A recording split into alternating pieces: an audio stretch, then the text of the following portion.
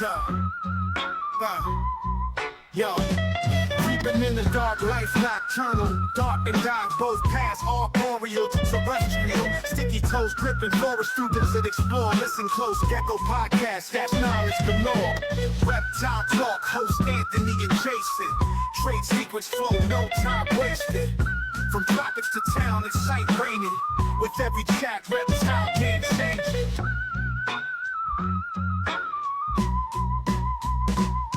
Escaping heat waves, tan under rays, desert sand echoes, sun blazing days. Little hustlers, camouflage a maze, catch them speaking wisdom. I think it's live, bro. The clock's ticking. Yeah. Hey, what's going on, everybody? Welcome. There Your we favorite go. gecko podcast in the world. There we go. Perfect. Oh, man. So we got a returning guest. No, he always has the open invitation to the podcast, Mr. Wally Kern.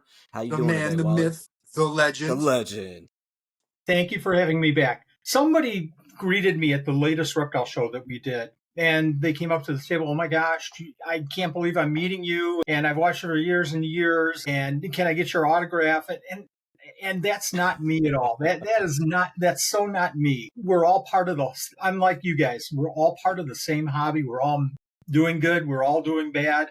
We're making mistakes. We're learning. That's me. So we're all one kind of group. So I don't think of myself at all like that. True. But from other people's point of view, you got to understand, I mean, you do the work, man. It's well deserved. I tell you all the time, buddy. It's, imagine these little kids that grow up watching you. They get their first gecko and learn everything about him from your podcast. And then they start breeding geckos. And then they run into you at a show. Like, you kind of are a legend. It's, you've been doing this for a long time, especially social media and everything like that. You're a real pioneer, Yeah, that I'm actually the OG. I'm the old guy. So when you say that I've been doing this for a long time, I've been at this now. I just realized I had a friend, AJ Davidson, that does a lot of crested geckos. Great guy. And I remember him coming to our table at Sewerfest in Racine, Wisconsin when he was maybe 15. And he said recently, I've been in this hobby. I've been keeping crested geckos for over 20 years. It's like, gosh, I'm way past that. Now I do feel old because there's a little kid when he came to our table. Oh, man. Cool. Time flies. Well, yes. You're still in this hobby. So that was make it great because you were still here doing this stuff. That shows people that there is longevity in this. You can keep on going and going and going. You don't have to give this thing up no matter where you are in life. Absolutely. I tell you, if anybody can hang in there, it's me with all the mistakes that I've made. And Anthony, you commented on this before. I love sharing mistakes that we make here at Supreme Gecko, that I make here at Supreme Gecko. And Annette doesn't make any mistakes. Do women ever? Never, ever. She never makes a mistake. When we got married, she made that mistake. But I'm the one that makes the mistakes, and I try to remember them so I can share as much as possible. And I don't like to make myself look foolish, obviously, but it's just that case, and you know where I'm going with this. It's the case of if I made the mistake, you're eventually going to make the mistake. And if you can remember when you do something like this, to not do it like Wally did, 10 years ago, then it's a win. Absolutely. Agree with you 100%.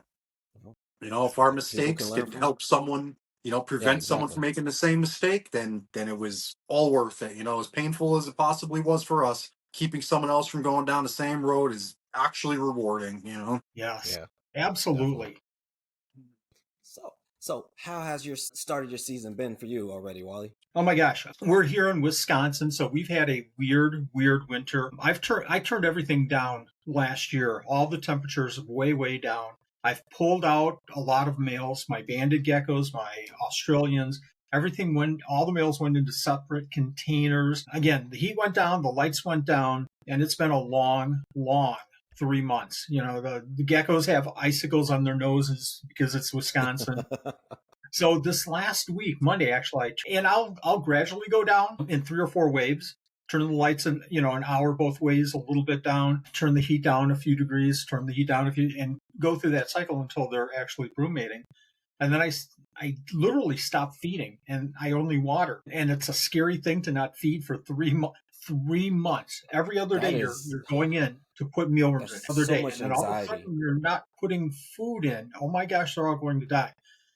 Well, we went through a huge groomation this year because 2024, we just had terrible luck with our bandids, and our Australians didn't really kick in. We had a few, eggs and a few babies, enough to keep us going with the bandids. But a lot of the geckos just didn't, a lot of specific types of geckos didn't go. So I'm hoping this year that groomation really does the deal for them and they get going. So it's been a busy week here with shows, and we're now on Palm Street, and then kicking everything in and getting the hides ready and getting the incubation boxes and everything set up. And I like to have everything ready before the breeding season and the egg laying kicks in. I like to have everything set. So it's almost a no thought kind of process. I go to my big supply box and I pull out boxes when they're ready to when I find eggs, and it's all in one place. And I just like to have everything ready. So it's been a really, really busy week here, writing numbers down and names down and putting them in spreadsheets and trying to guesstimate, how many eggs I'm going to have from certain animals. And I think that's the fun part. For me, that's the fun part. Just out of curiosity, how many eggs do you think you get in a season between all species? How many eggs do you think you're dealing with collectively? Let me count. There's 28 and then 1 million eggs.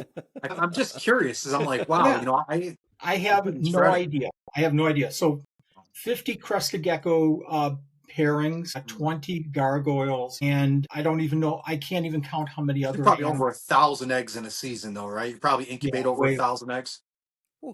From my Picta alone, I get over 1,000. Now I say that in joke. But now that I think of it, I bet you I get 500 eggs just from the Periodora Picta. Wow. Oh, man. Wow. I've got to do the math. I might be overstating that, but maybe not. Oh, man. How's at any one time in the middle of summer, we'll have.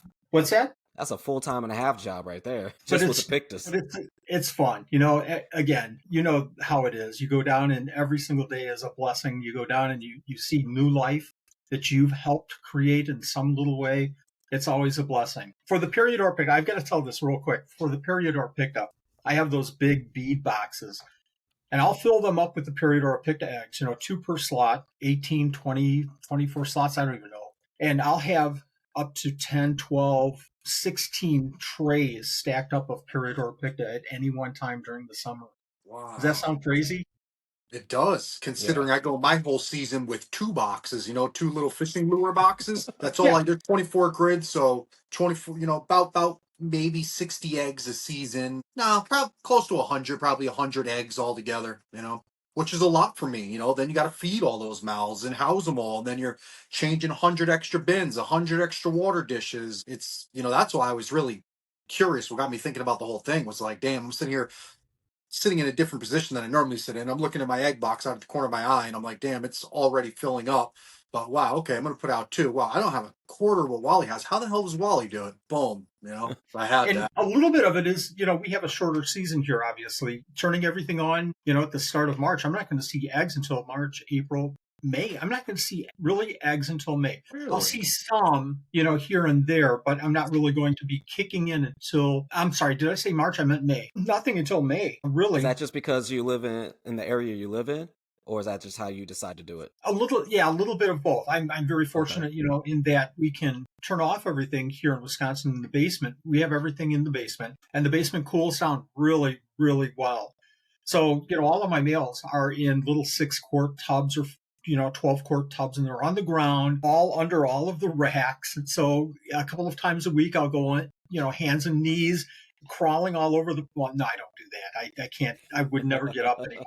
I go through and I water all of the males, and really we don't feed that much, crested geckos, the babies, and Periodora Picta, we've got babies, we'll feed them. But mostly the adults we're going through and watering. So I like that. It's hard. It's boring.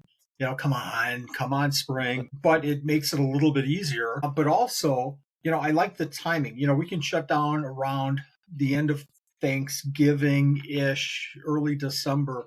And that gives us a good 3 months of waiting time. And also about that time, I'm doing the 12 Supreme Days of Christmas. So it's easier for me to just kind of shut things down and focus on that. And then I've got the January and February to kind of work on worksheets and spreadsheets and plan everything out. And do the office work, and now everything kicks in, and now I'm down in the facility 10 hours a day. Nice. Do you have windows down there, like little basement windows? I do.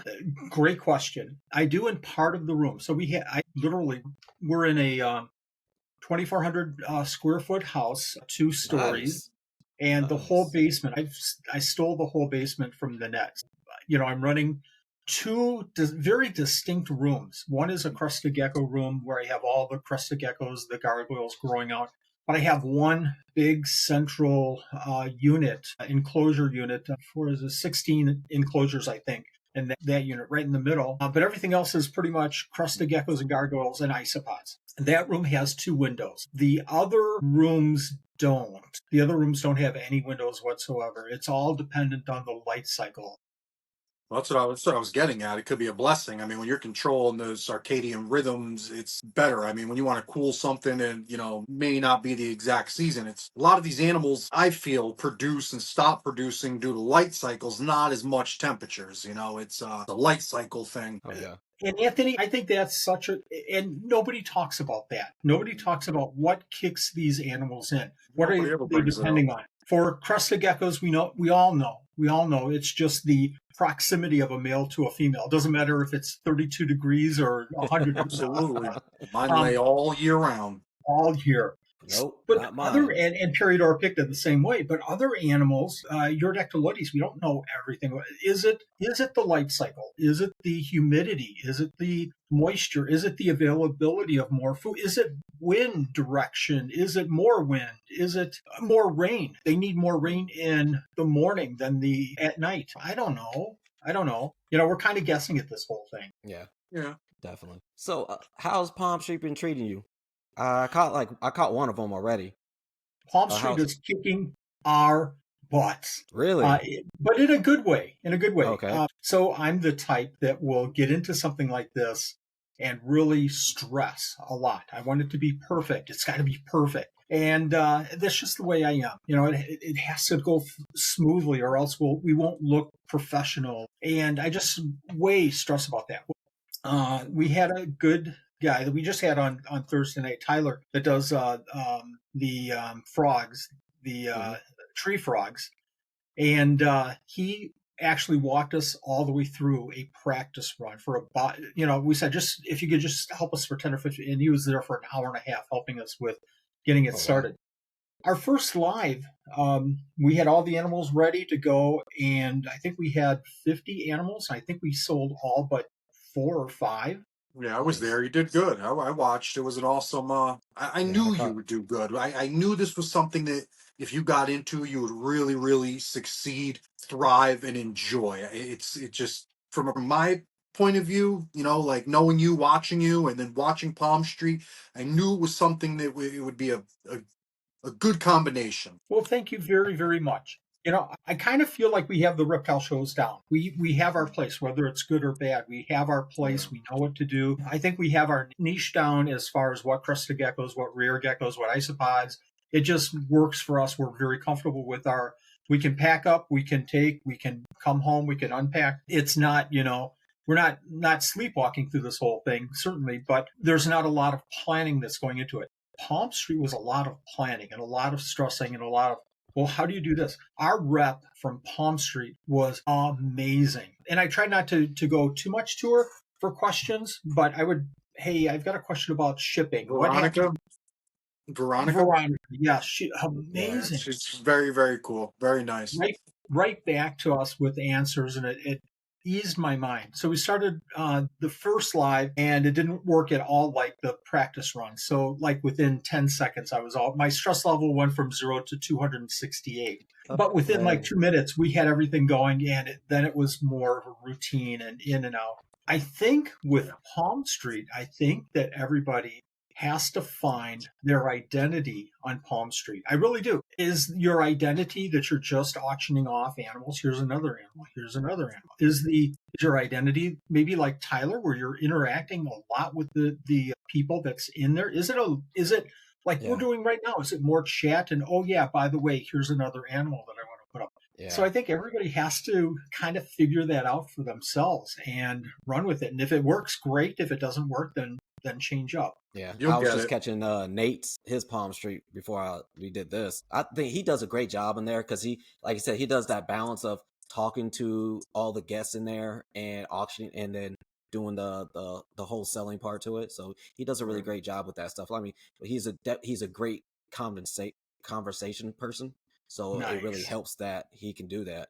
For me, man, I don't know. It's gonna be like, here's a gecko, here's the gecko, because I don't want to talk. I don't want my face in front of there at all. But eventually, it's going to have to happen. You know, I think we were on at the beginning. I think I had my face on at the very beginning and talked for maybe a minute or so, and then we got right into the auction. I told Nanette before we started, I don't want to keep people here. I don't want people to wait and wait and wait. I wanted it to kind of fly by.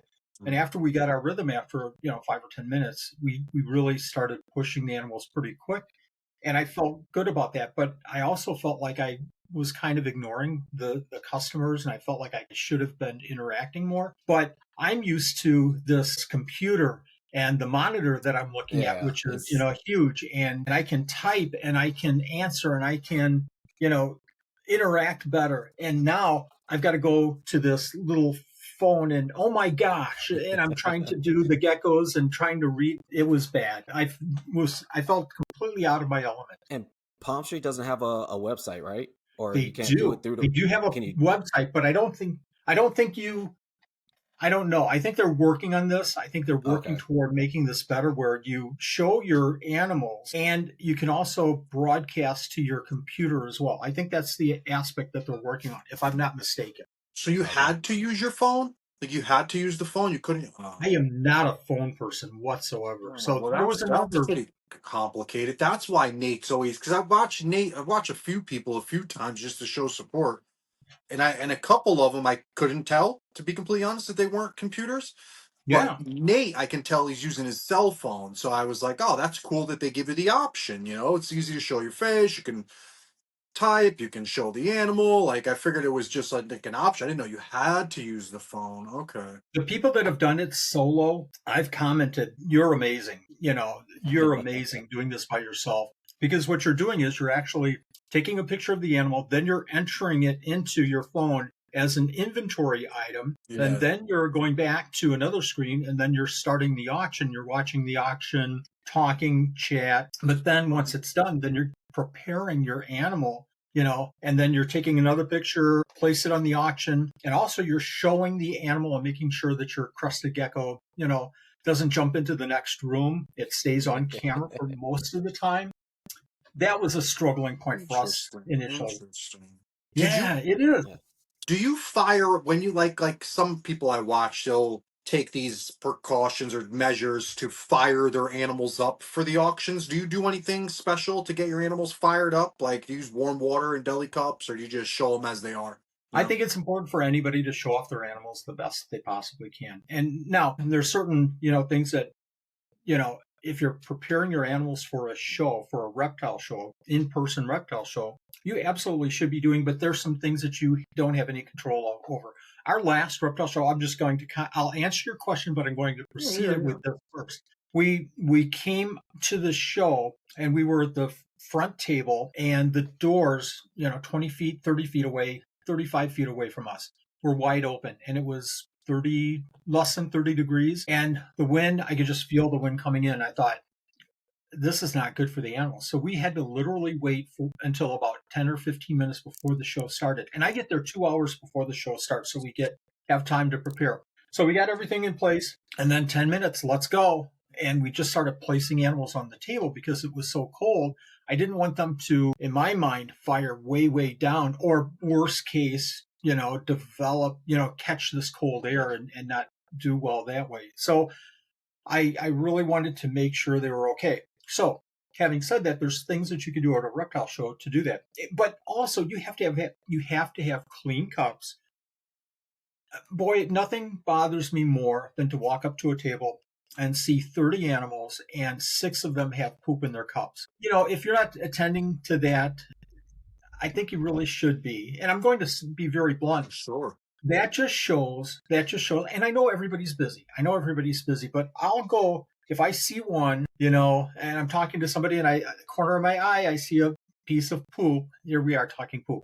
If I see something dirty in a cup, I'll grab the cup and I'll put it behind the table. I'm going to get to that and I'm going to clean it later, but it's more important not having that animal on the table than to have an animal that's not clean, in my mind. Yeah, definitely. So things you can do at a reptile show to make sure that your animals are prepared as best as you can. So for a reptile show, I'll get up, an hour earlier than, the drive and the prep and being ready, and I'll clean and water the cups, because we catch them the day before, and then the day of, I'll get up and clean the paper towels, replace the paper towels, and put the water in, whereas the previous day I'll put them in dry. So that's a little thing that I do, and we put them in black containers to keep them very dark. For the reptile show, for the Palm Street, I kind of tried to do the same thing. Our downstairs bathroom stays a little bit warmer, so I put them in a black container, put them on a paper towel, warmer water, and put them in the bathroom a couple of hours before the show, and then pulled them out. And then we did there's 50 animals. We'll pull 2 out that have pottied, and we'll try to clean that as quick as possible. And showtime, and once it's showtime, it is what it is, and they're going up. Nice. Mm-hmm. It's cool. So I Kind try of like to. setting up for a show, though, huh? Palm Street. You're having to pack up the animals, categorize them, catalog them. I mean, it kind of really is a virtual show, in a sense. I mean, from what I can see, what you guys have to go through to put these things on, it's very much so a show. You can have your store with your dry goods and your other animals. I see people that have their store on the Palm Street app stacked with stuff, inventory, stickers, keychains, dry goods. I mean, it's a full blown show table, but virtually, really, which I think is brilliant. I really do. I think it's a brilliant invention, or whatever you call it. It's super cool. It's very, very cool. I think it's a game changer. Buyers and sellers. Yes, I think it's a game changer. I really do. So I made the decision. We did our very first Palm Street on a couple of Fridays ago, and then last Sunday we had a reptile show. And reptile shows take a lot out of us. It's a long day and everything. And Saturday we usually spend about 4 hours prepping and labeling and collecting and everything. So Saturday's 4 hours, and then it's all day Sunday. Let's say it's a Sunday show. It's all day Sunday. So, after our Palm Street on that Friday, now we've got a week until the show. About Tuesday, I looked at Nanette and said, let's do a Palm Street after the reptile show. Wait, what? Yeah. And she said, you want to go another 3 to 4 hours? And I said, I don't think it's going to be that bad. I think that it's pretty much coming home, taking the animals. If they need to be cleaned, we'll put them aside. And all the other animals, if we don't sell, we'll selectively pull 20 or 30 animals, and we'll do the Palm Street. And the reason that we would do that is because we don't have to deli cup them up. They're already deli cupped. They should be already fired up. They should be ready to go. And we did that, and it wasn't too bad. Would I do it again? I think absolutely. I think that it's... Yeah. You're absolutely, at the end of the day, you're done. You're absolutely done. And the other cost for us was that we had... Palm Street did a free shipping February, which was incredible. Cool. So when we did that second show, Palm Street show, we also had to combine orders from the first show, and a lot of, worksheet manipulation and refunding shipping costs and stuff like that. But it really wasn't too bad. So I think we would do it again in the future. Yeah, it's killing 2 birds with 1 stone. Why not? You went through all the headache and trouble or time. I don't even want to say any of that, but you put in the work to get everything ready for the show. It's the same procedures as that you would do to get them ready for a Palm Street. It's already done. Why not? Why not make the sales? You're not, and I mean, yes, this brings you joy and fun, but you're not doing this for fun. This is a business. It's how you put food on the table. It's a way to make money. It's a smart move. It's a power move. Wait, did you say you could make money on this? Is that what you? So I hear. So I hear. I'm still in the negative on that one. So I think that it's hard unless you're doing it big scale like Wally. Not that other people can't, but I think you got to be producing hundreds and hundreds of animals, living that life, going to shows, traveling the country, constantly doing Palm Streets. I mean, to be in the green, or else it's... Yeah. Well, it's not even that too. For ourselves. You got other products that you sell as well, which helps with that. So it's not just gecko sales that you only have for a certain amount of time. You have stuff that you can sell year round. So what that definitely helps you out a lot. I do consultations. I have people that contact me and say, how do I do a reptile show? And one of the very first things the very first thing I'll say is be professional, be clean. It doesn't mean that you have to have professional banners and professional tablecloths, but just be clean and be professional and greet people like you would greet them as your friend, not your best friend, but your friend. And just be polite and smile and show your passion. The number two thing, business related, number one thing is diversify and have other stuff. If your crusted geckos don't sell, you better have something else. If you did 3 shows in a row and your crusted geckos, just sold off the table, and then you come to the 4th show and you have 3 other crusted gecko breeders right around your table and you sell 2, shame on you for not thinking forward enough to be able to diversify and say, what if my crusted geckos don't sell? If you're into isopods, well, bring leaves, bring bark, bring food or something to sell along with that to keep people at your table and talking to you and sharing experience and sharing your passion. So diversified, big thing.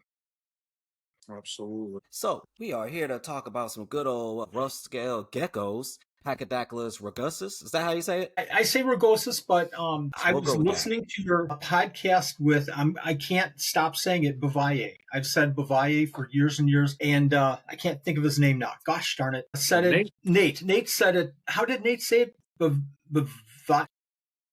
I can't pronounce it that way, so Bavaye.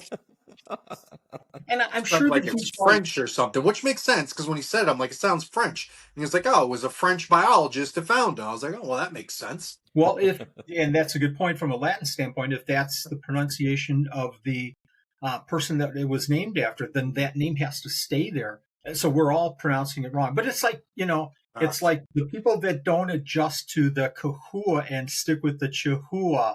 I'm kidding with you, Anthony.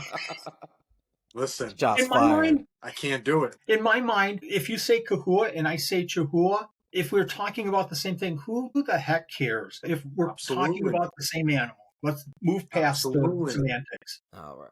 Hey, and wait, my buddy Trevor is an English teacher. My buddy Trevor's an English teacher, and he doesn't know anything about reptiles or geckos or anything, right? So I wrote a name down. I wrote Chihuahua down on paper, and I said, what does this say? And he said, Chihuahua. He said, Chihuahua, what's that? I said, nothing more, thank you. So rugosus, whatever. I've pronounced it rugosus forever, but I don't know if it's right or wrong. Now, the thing that we do have to worry about is then, the genus and species. So the Pachydaculus. So, if you're getting something wrong, you better not get the genus wrong. You better be pretty, square on the genus and the whole. And people will ask me all the time, do you have any, any animal? Do you have any barking geckos? Oh, yeah, I know what the barking geckos. That's Nephurus melii. Do you have any rough, thick-toed geckos? What? Well, that's the rugosus. Why didn't you say rugosus?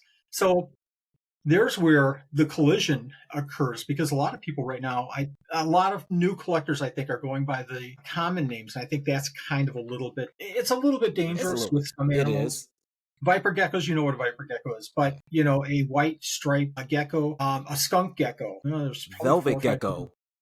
Velvet gecko, yes, exactly. So ultimately, fall back to the scientific name. I started keeping. I'm gonna start all over. I was going to talk about rugosus. I'm not going to talk about rugosus right away. I'm going to talk about Pachydaculus. Yeah. I'm going to go back like 15 years ago, 16, 17 years ago, and I wanted to get into something other than crested geckos and leopard geckos. And at that time, I had started keeping gargoyles, and I had already kept chameleons for a long time.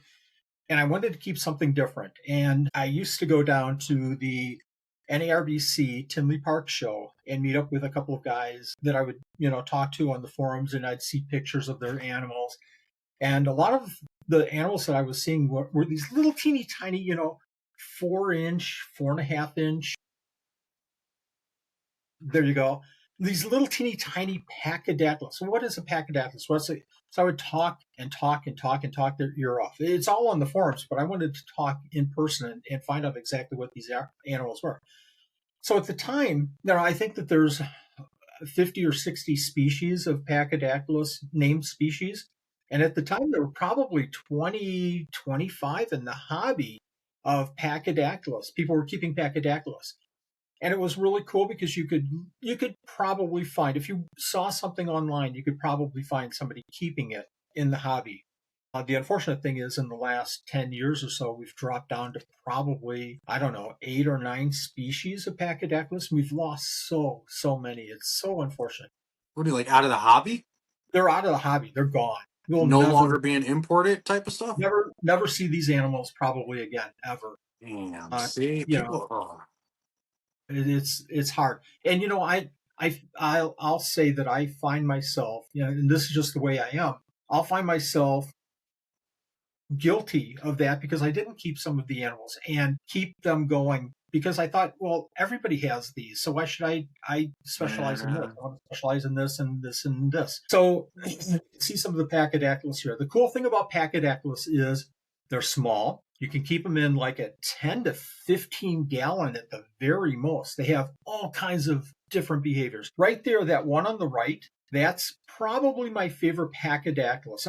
I think I keep bicolored? Maybe five or six different species. That's a Pachydaculus bicolored. There's another one that you had a little bit further down called McLaughlini. That's absolutely my favorite. There, right there, McLaughlini. Really? That black is velvety black, and all the scales are just so defined. And the head and the tail, take it from me, I'm the worst gecko photographer in the world. And for them to even look halfway decent is saying how unbelievable they are in person. So the cool thing is that their babies are always so cool, but there are some that have these very specialized behaviors, like this Pachydaculus rangi, that dig down. See their feet? They're called web-footed geckos. I don't know if you can see the feet, but the little web. They get settled in. You get a pair, you get a group of them, bring them in, and make sure.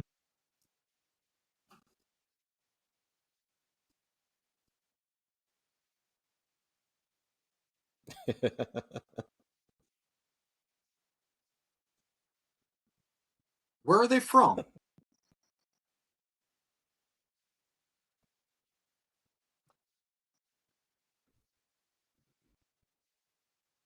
All Pachydaculus.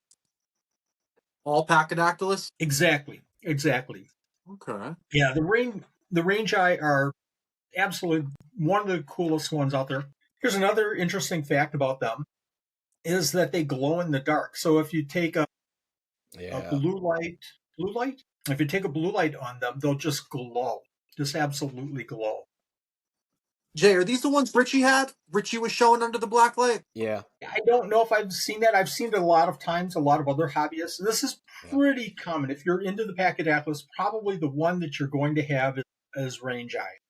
Okay. Yeah. So we do have an episode coming out with the rangi. Nice. Very nice. It is a cool gecko. Yeah. Are these considered micro geckos, Wally? Man. So the tough part is I get that asked all the time. So if you keep Leachianus or the kahua, I'm going to say that for the rest of the show. If you keep kahua or leechies or something big like that, these are absolutely micro geckos. Now, if you're already keeping something like the electric blues or the Clemeri, Phelsuma Clemeri, that are only about 3.5 inches, 4 inches, I don't consider these micro geckos. I consider something like Tropiocalatus that are only about an inch and a half long. That's a micro. Some of the Spirodactylus, some of the Gonatoides, some that are only about 2 inches long or so. I consider those micros, but in the general sense of things, these could be considered micros. I really like these, the Rugossos. What is this one called? The one we're looking at with the knobby tail. I really like that gecko. The Rugosus? Rugosus, yeah, I like that little guy. Rugosus, this is kind of cool about them. So we can see the Pachydaculus scutatus on the right. That's a typical Pachydaculus. I'm going to tell you a real quick story. So I keep Pachydaculus oreophyllus, and I got a pair from Joe Hupp, and he goes, Wally, you're going to like these. It's almost like a drug dealer. Oh, this is good stuff here. So Joe knows how to turn my... he knows how to turn my cranks. He goes, Wally, this is a good one. You're going to like these Pachydaculus oreophyllus. Joe, it looks like a lump. It looks like it's gray.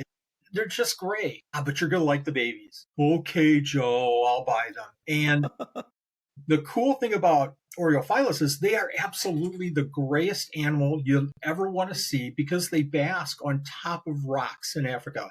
So they have to be gray to blend in, right? But once they lay their eggs in the little crevices and the babies hatch out, well, they're in the shadows. So the babies are just like this McLaughlinite. Their bodies are black, jet black, jet black, and their collars around their shoulder collars is just pure white, and their tails around their back legs. I'm sorry, I shouldn't have said tails, but their hind quarters are pure white, like a tuxedo, like an Oreo. So the first one that I ever hatched out, it was like, Joe, you were right. That is the one. And they are real. And I'm surprised I don't have a picture here, but I was looking for it. I'm like, where's it at? Where's it at? I know what they look like, but I was just trying to show them. But, yeah. I'll have to check the webpage to see if that. And this is in my collection on the Supreme Geckos site if you want to see these. But the Oreophilus are cool, but the parents look just like nothing. They're just great.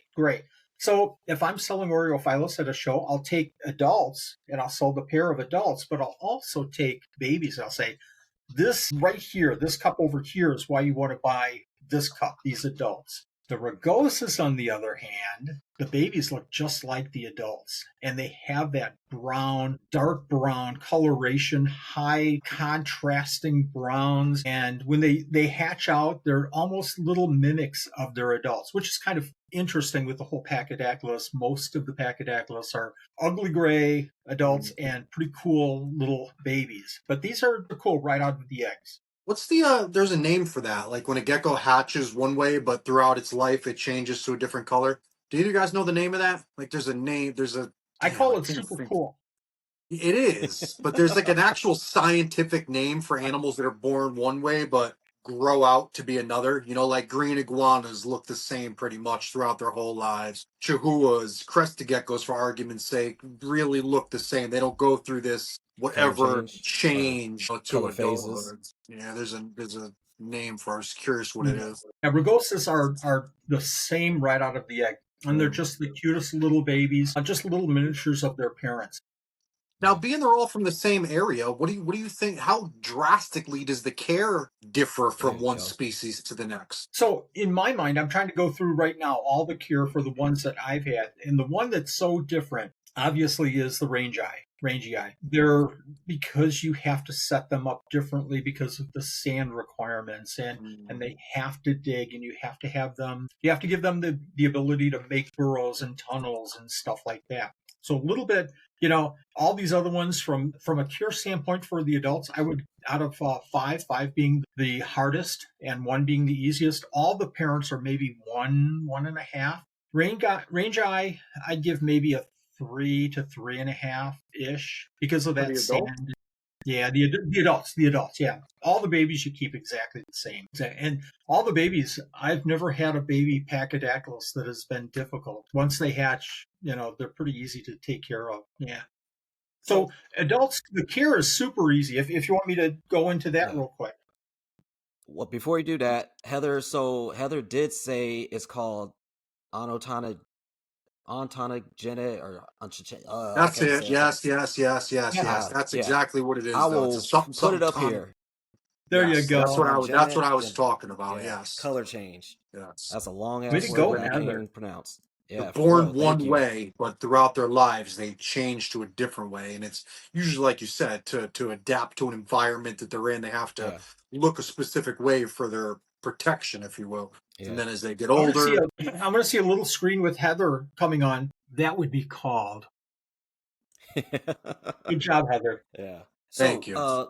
Thank you. So they come from the southern part of Africa. So what does that environment look like? So people can kind of get an idea of how to do a tank for them. Little diversities, but not much. And again, okay. I'm going to tell my story. but listen to other Pachydaculus keepers as well. And also know your species. Again, Rangii is a little bit different. So, really focus on Rangii if that's what you're going to get into. All the others, Rugosus, all the ones that I've kept, are pretty much hot, sand, rocks, water, food dish. Did I mention hot? Hot. Extra hot? Extra crispy? Extra crispy. So the back of my tanks all have about 95 degrees. Maybe that could even be upped a little bit, but it's comfortable for me. That's what I want to keep them at. And they have probably about a 20. I use heat strips, heat tape. So, they've got that last 20% over the heat. But also, here's something really cool that I do is, and I don't know if it's smart or not, but it's just something I've always done, is I'll make if this is the tank, this is the heat part right here, but there's a hide that runs the length of the heat and then some more into the tank. So they can go without coming out and without going from hide to hide. They don't have to do that. They can stay in their own hide and go from the hot side to the cool side without being exposed. And, I feel like they still feel comfortable making that transition from the warm to the cooler side. Ambient temperature, I keep them at 75, whatever the room is, 75-ish, 76-ish, something like that. So you can set up.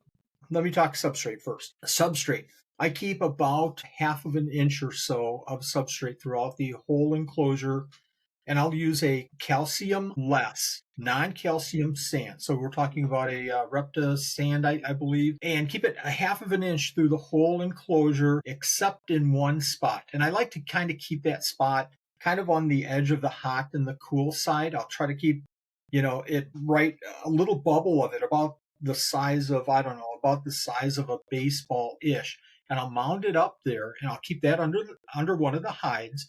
And I'll mount it up to be about 2 inches or so, about the size of a baseball. Why do I do that? And I think you guys probably know this already. Oh, yeah. I don't want to search the whole tank. I'm lazy. I don't have time. I want to go through the whole tank scraping the sand. Where are those eggs? Where are those eggs? They've got to be here somewhere. So I can literally lift up my hide, put it over on the other side, and all the animals scatter all over the place. And then I'll come over to my baseball-sized mound of sand, and I'll just gently go through. Up there are the eggs, and I've got my little bottle cap. So I've got my bottle cap there ready to, let's go, let's find some eggs. And scrape. I'm combing through the little mound of sand, and I grab the eggs. I already have my Supreme Hatch fired clay material in there so that the eggs don't roll when I put them in there. So I'll have it ready, and I pick up the eggs and I put them in there, and then I put it right into a hatch box and right into the incubator with the name and the date. So that's why I have that little mound of sand. So it makes it a lot easier for me to search through and find them.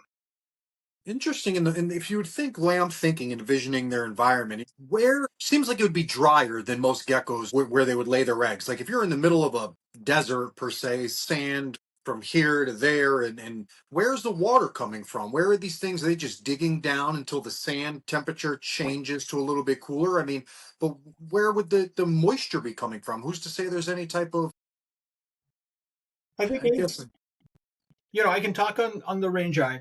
I think that's exactly what they're doing. They're trying to get down because, if you look at Oreophilus or Rugosus or one of the other long, skinny Pachydaculus, they're not rough skin. Rugosus would be about the roughest of all the Pachydaculus I know. They're certainly not rough skin like a Nephurus wheeleri. Where Nephurus wheeleri are out there all the time. Well, they're not outside all the time. They're not sitting baking in the sun, but they come out. And they're rough skin, so they can handle that a little bit better. The Pachydaculus, a lot of the ones that I keep, are not a tough skin, but they're very, very viable. The Rangii are a soft-skinned animal, so that's probably why they're getting down into the burrows to find that hydration and to stay moist during their lives, to be out in the sun and actually be down, cooling down, and also to be absorbing some of that moisture. I think from a egg laying standpoint, all of the Pachydaculus that I have always looked for an area in the sand that's a little deeper to dig down a little bit.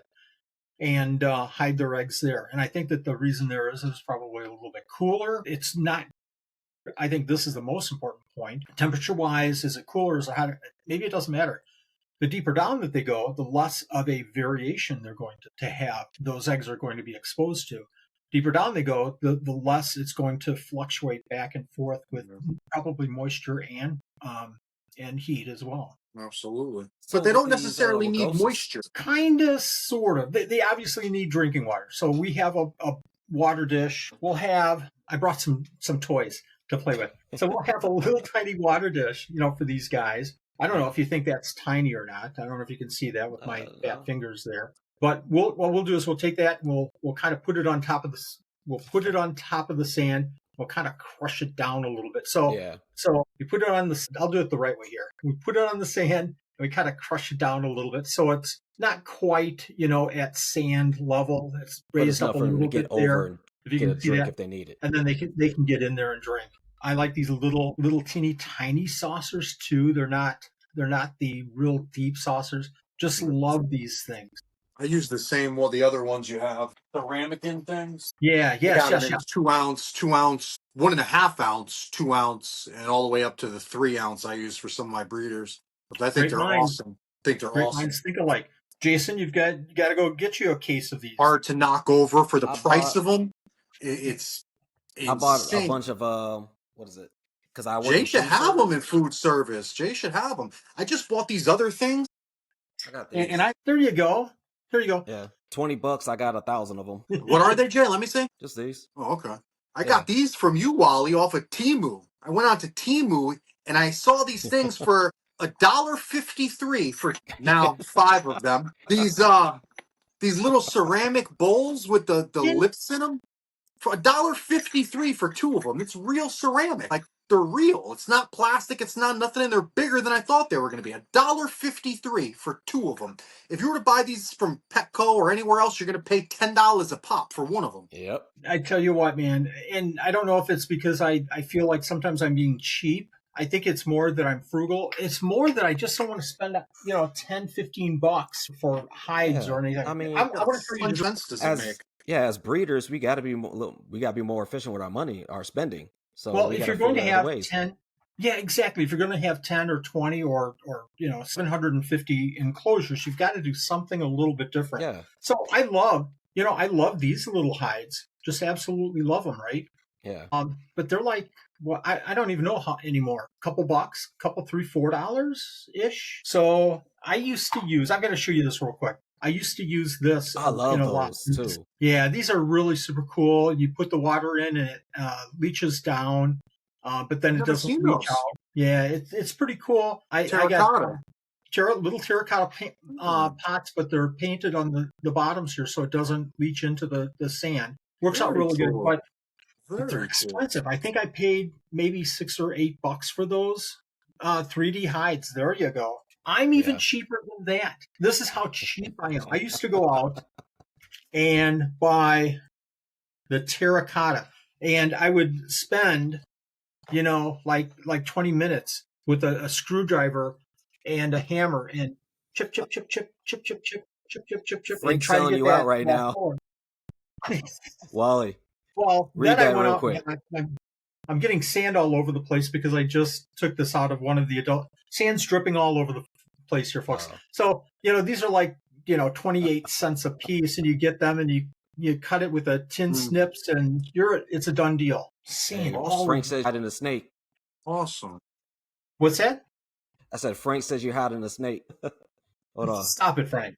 The net's getting how else is Wally going to save up for a secret snake stash he keeps hidden from the net? I know nothing. I'll admit nothing. I'm in the same boat. My wife would have me and all my geckos on the street if I even mentioned snake. Mine too. So for these Pachydaculus as well, for hides, what I like to do is, the egg flats, I don't know even know how big they are. Yeah. I'll take those and I'll break them up into half. And then I'll put that, again, here's the important part. Some of it is on the hot side and some of it is on the cool side. A piece of slate, another half. A piece of slate, another half. So the cool thing about that is they can gradiate to whatever temperature they want. They can gradiate themselves to being on the sand or not being on the sand. if you raise up a bunch of them and you have maybe 2 males in the enclosure, they can get away and hide from each other in one of these layers. So if I'm growing some out and I'm moving and cleaning and I see one by itself in one of the little compartments in the egg crate, I know that's probably a male, and he probably is trying to hide from the dominant male, so I'll take him out of the enclosure. Okay. Other than that, for enclosures, I talked about the sand. Most of them can be kept in 10s or 15s. I talked about the hides, water dish, a food dish, mealworm cups, invaluable. Oh yeah. Mealworm cups. These tops come off.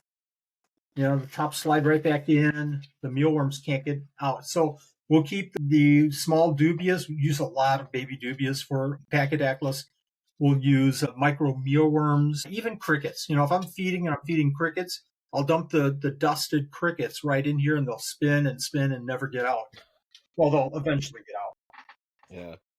So, do you ever notice any kind of like because you already said the rangy eye, they do a lot of digging and sand flicking. So, does the Rugosus do the same thing? Do they Not at all? No, Not at all. Maybe I could make a nice little crazy enclosure where they can kind of make their own little tunnels or something. That'd have been dope. But yeah, that would be cool. However, what rangy eye can't do that Rugosus can do, and this is super cool.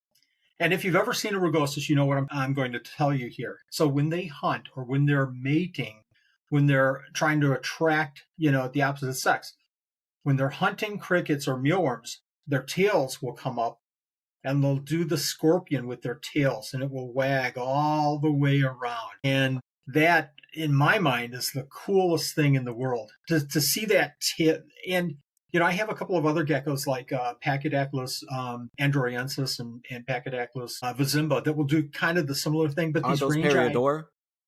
Yeah, Periodora, vizimba, Periodora, androyensis. But these, not range eye, but the Rugosus will wave their big fat tails to try to, I don't know, attract the insect or mesmerize or whatever. And it's pretty cool.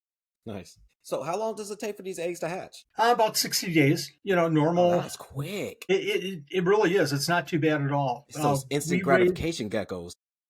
Yes, it really is. And they're pretty consistent layers. We'll get quite a few more Oreophilus than we will Rugosus. Rugosus are kind of like the Chewies compared to our Oreophilus. Sure, it's not cooies. Sorry, they're cooies. I missed my opportunity. Hey, I can't let this keep going without me acknowledging that I caught it. Earlier when you were talking about stacking up the egg crates and the slates, you had mentioned a male could get away from another. Is this meaning that you were keeping multiple males together? What do these groups look like? Or are you talking about babies? Anthony's calling me out. No. And that's cool. I love that because it gives me a chance to explain, and that's what you do. I'll grow a group up. So okay. We'll have, and the funny thing is, so like, I'm going to use Oreophilus as an example, but Rugosus, if I had more than a couple of pair, it would be the same thing. What we'll do is we'll hatch a certain number out a month, and we'll put them all in a little, I just happen to have a little 6-quart tub. There you go. And I don't know if you can kind of get the dimensions here, but it's nice and long. So we'll put the egg crates in here and a little soda pop, bottle cap in there. Bottle cap in there for food and one for water. And that's all they get, a couple of hides, and they're good to go. And we'll raise them up for a couple, 3 months in there, and then we'll move them into like a 10-gallon and raise them up even further. How big eventually are they? Going to, yeah, and eventually they're going to sex out, and I'll have, if I have more than one male, eventually one of the other subdominant males will start venturing away from the colony. All the females are there and the male is there, and I don't check, I don't care. That one's by himself under the far side of this egg carton, 1 or 2 layers up in egg cartons. Something's up there. So it's real easy to go in, take that one male out and put it into another enclosure. So they're not a species that you would suggest someone keeping multiple males together. Like if you had a colony, you don't, like, I guess I don't know which ones, but I know there's other small geckos that they do fine. You can have 3 males, 4 females, and they just seemingly get along. But I guess certain ones won't, not I guess, but obviously certain geckos, aren't that as accepting of, a second male. I think when I initially started, I did have a problem with keeping males together, lost a male, and from that point on, I've always separated. I don't know if that was an odd occurrence, a one-time shot. Not like viper geckos. You can raise viper geckos and have multiple males in a colony, and you actually will have better success with multiple males than having a male with multiple females. Way better success. But for the Pachydaculus, we separate them out. And I think the Oreophilus might even be a little bit more accepting than the Rugosus. If you know Rugosus, one of their characteristics are their little hog noses of the gecko world. They'll put the front up and they'll fire up, just like Aspers or Amii, the first Amii. That's what they remind me of. Right, and they'll hunch over and they'll give you the business. And if you go by them, I'm gonna try. I'm gonna poke you. They'll do and they'll neck jerk and do the hognose thing, bump your finger. That's and everything. Cool. That makes me want them even more. They're, from a behavior standpoint, unlike a lot of people are like, oh, Pachydaculus rangii, that's the one that I want to get. And then you get them and it's like, oh, they just burrowed and they're gone and I don't ever see them anymore. Rugosus, and if you like rangii, that's super cool. They are a cool animal. But Rugosus they're not always out, but they're always feisty and they're always, you feed them in the tail and cool animal. And they vocalize, like they're marking all the boxes to be a good pet. That's cool. Frank had the exact sound that they make. Rawr.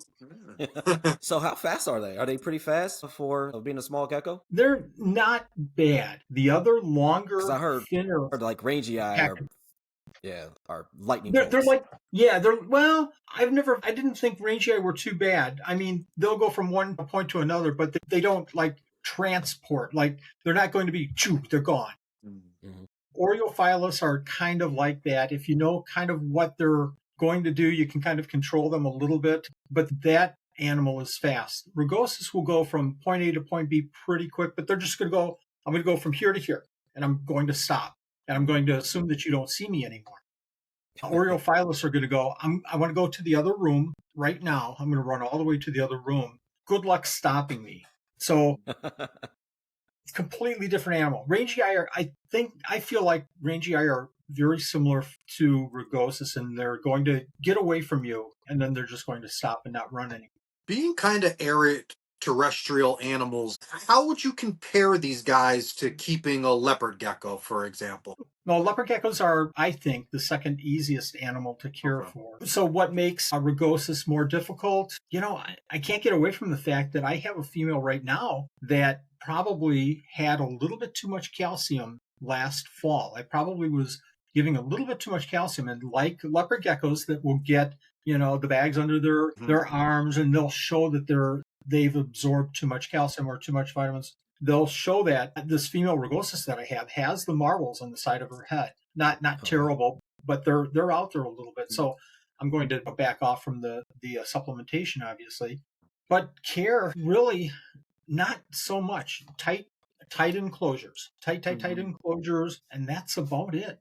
Can these guys climb glass? Can they climb up glass? I say they can't, and somebody caught me once and corrected me, and it was just so perfect how they did it. I was talking about the corner. What's that? Climbing the glue up the corners? Yes, exactly. I said, and I think I did it in one of my videos, viper geckos don't climb glass, so you don't have to worry about a top. And somebody came by and back and said, well, they're going to climb the silicone. They're not going to do that. And sure enough, like within a couple of weeks, I'm looking at, and I didn't have tops in my enclosures, and the animals stayed in there. Maybe they couldn't make it around that lip because they were small. But sure enough, at the top, and I'm looking, that's poop. That's gecko.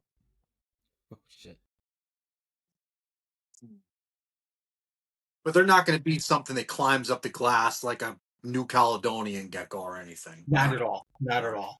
No. Rock climbers, yes. Glass, no. So how old or how long do you wait before you actually pair your geckos up?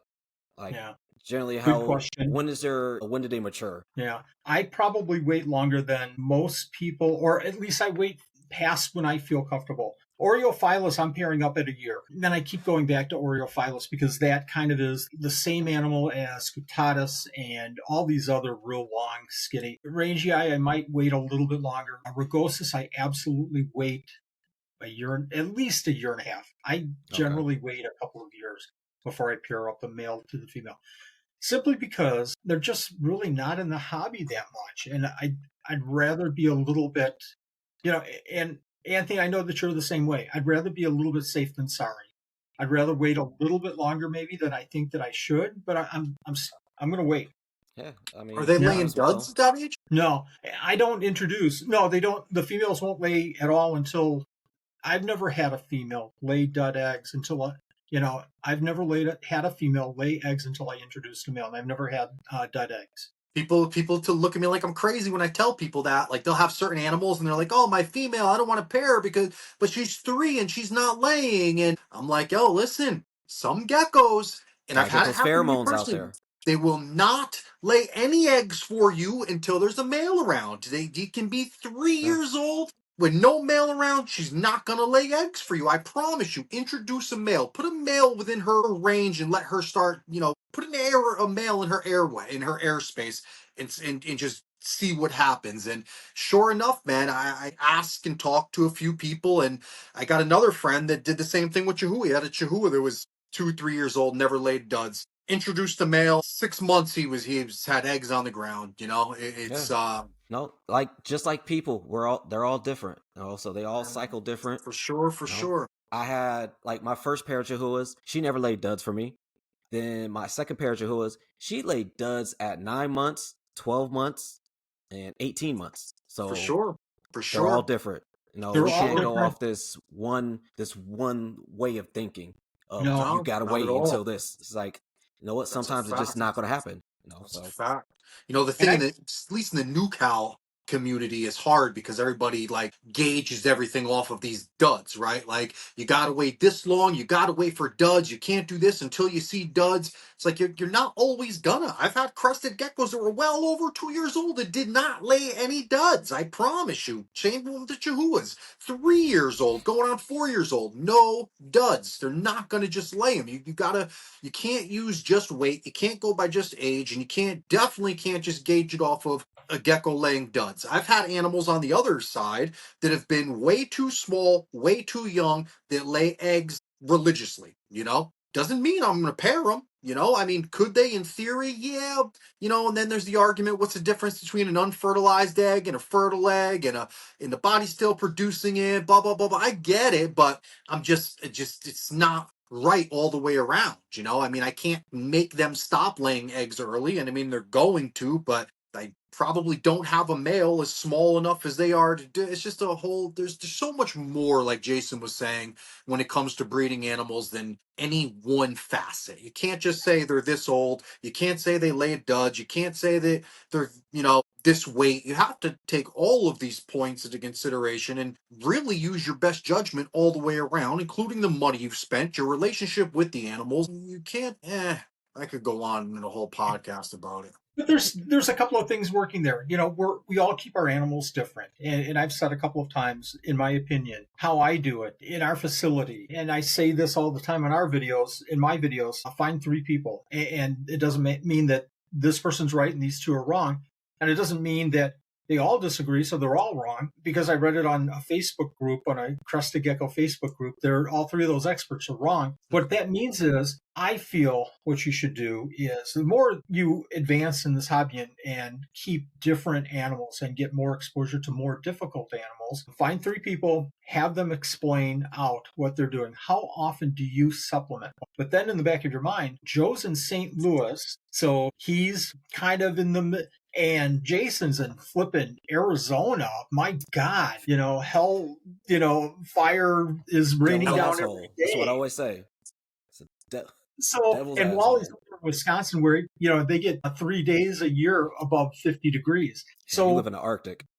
I do live in the Arctic. I live in the frozen tundras of Lambeau Field. So kind of balance all that stuff. But then, more importantly, go back to nature. Anthony, you made the comment about duds and females being ready. literally in all the books that I've read about crested geckos, nature waits until they're 44 grams, a female's 44, before a male is introduced to a female. That all the books that I've read says that. There is no breeding before 44 grams. So that's, I'm being facetious, obviously. In nature, they flipping know. So, but go, there's other, so I get this all the time. How big should a male crested gecko be before they breed? A male knows it's a male. It knows. It knows. So unless you're breeding a 20-gram male to a 60-gram female, ooh, that's danger. Danger, Will Robinson. But a male knows it's a male. Does it have to be 34 or 36? It doesn't matter. It doesn't matter as long as the size. So that's my opinion. But go back to, flawless crested geckos and altitude and ask them what they do too, and then use your best judgment and compare it to nature. For sure. Okay, I preached enough. I'm off my soapbox. You're 100% right, though. We do have to have. I mean, I understand, right? I don't want to be like the asshole that says nobody knows what they're talking about and it's a bunch of hoopla. I guess what people are trying. Well, I'd like to believe that what people are doing when they say the weight thing is just giving a basic standard, right? Like when you're coming into the hobby and you're new and you may just have gotten your first pair of crested geckos or whatever geckos, they're kind of just like setting a base, a fail-proof, foolproof base for someone to just learn and grow off of. But you have to grow. You have to understand that, like you were saying, that no two situations are exactly the same. It's but it's a good basis. I guess if you had two animals that were 50 grams a piece or whatever they say, 44 grams, whatever the hell it is, 44 grams, and it keeps going up and up and up. Point something. I remember back in the day, it was like, it was 30 grams, then 35, then 40, then 45. It just keeps going more and more and more. Well, and not for nothing, but the animals are just fatter. Like, how many times I look at these animals, sometimes people are showing me their crested geckos, and I'm like, I'm not ever going to have a crested gecko that looks like that. Like, my animals are gecko, sugar cone, athletic, and they move a lot, and I make it a point that they climb a lot, and they use their tails, and they have to work for their food, as messed up as that sounds. I make them hunt. I don't, this is just me speaking, but you will never come into my vault here, my collection, and look at a crested gecko and be like, this thing couldn't get away from its shadow if it tried. Like, it's just not healthy for me. My animals I do bump up the calories during breeding season for my females. Unfortunately, males naturally shut down. I don't care if they're not housed with them. You can separate them all you want. They're within 15 feet of each other. The males smell the females. They're not eating the way they used to. Their mind is focused on one thing.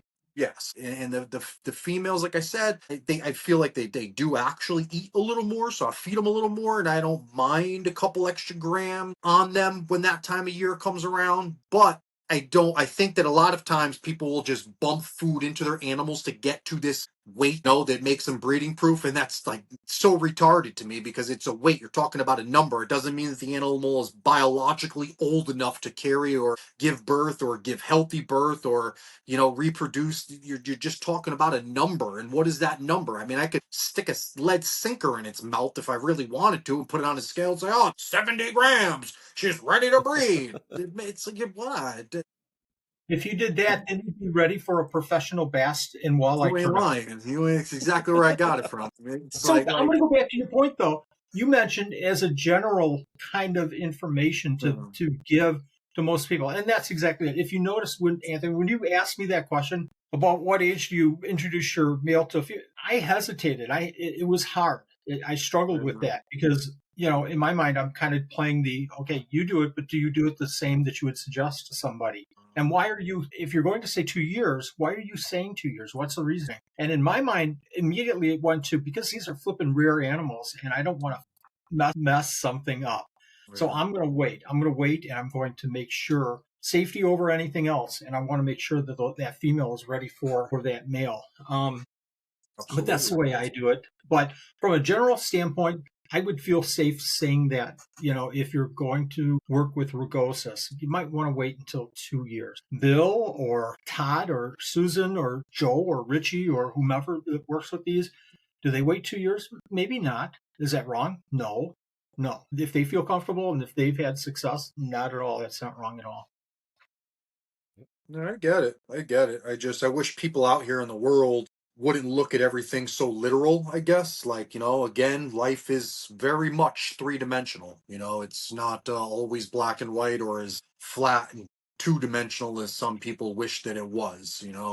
Always evolving, forever changing. I mean, one's collection is. I mean, I've had animals, not to talk about my collection again, but have animals that have been great to breed one season, and I've looked at them the following season and said, you know what, I'm going to hold off on her just because I don't like a combination of things, right? Like there's a combination of things where I'm not comfortable with. I don't like how she's eating. I don't like, she's either too fat or too light, or, I'm just going to hold off on her because collectively the whole situation isn't right, but you have to be a observant person to notice those things. You have to Yes. pay attention to your animals. I tell people all the time to read as many books as you want. Your animals are going to tell you everything you need to know. Your animals will. You talked about females. You said repeatedly, I'm going to watch her. I'm going to do. And I find myself watching, at the end of the season, especially, I'm watching my males. And it goes back to exactly what you said. The male, when they're in season, they're thinking about like one thing and one thing only. I'm going to tell this funny story. I used to do reptile shows down in Illinois with another bigger crested gecko person, and we would argue constantly about theories. We would be in each other's face, just ripping each other. But we always did it after the show, and it was always in the parking lot. And it was literally after we didn't want anybody to walk through and say, "Oh, so that's what a reptile should."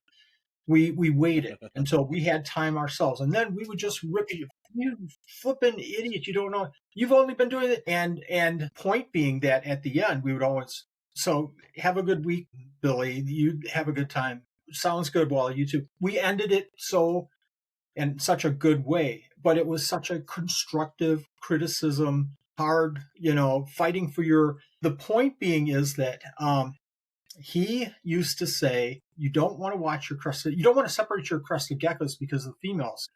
Everybody at that time, again, 15, 20 years ago, separate your male and female at the end of the season so that the females can recover. And we weren't arguing this point, but this point came up. And he said that that's not why you want to separate your animals. You don't want to separate your males and females because females in the wild, they're around all the time. You want to separate because your males will look paper thin at the end of the season because that's all that they're doing. They're breeding. Separate your males and females because of that, unless you have a significant cool down where your room cools down so much like ours does that I don't have to separate. But he said, watch your males at the end of the season because if they're thin, then you want to separate them and you want to get them back. And that season I watched, and sure enough, he was flipping right smack dab on. All of my males were paper thin, and because I had my males in with one or two or three females, and they were just like, man, thank you,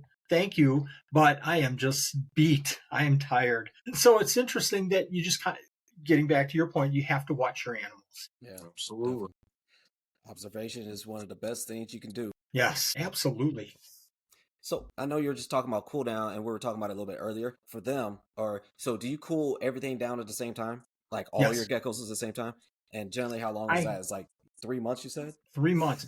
I have to because I virtually have two different rooms. I have kind of my crusted room, but I have another room where I have my leopards and some crusteds. But my crusted room is where all of my babies and juveniles and just a handful of breeders are. And my breeder gargoyles are in that room too. So my other room, I can kind of control a little bit better, but literally, in the fall when I'm ready to cool down, and I see Nanette walking over to the thermostat, like, I'm kind of cold. Put a blanket on. Don't touch that thermostat. I want it iced downstairs. I want to call it, stop messing with that thermostat. So, I want the room to downstairs, the whole room to be cold. So, we're up here with blankets and parkas and ski boots, and it's not that bad. Oh man, I wish I could. Good Lord. Like this year, this cool down, I didn't get to like cool down not correctly, but just not as long as I wanted to.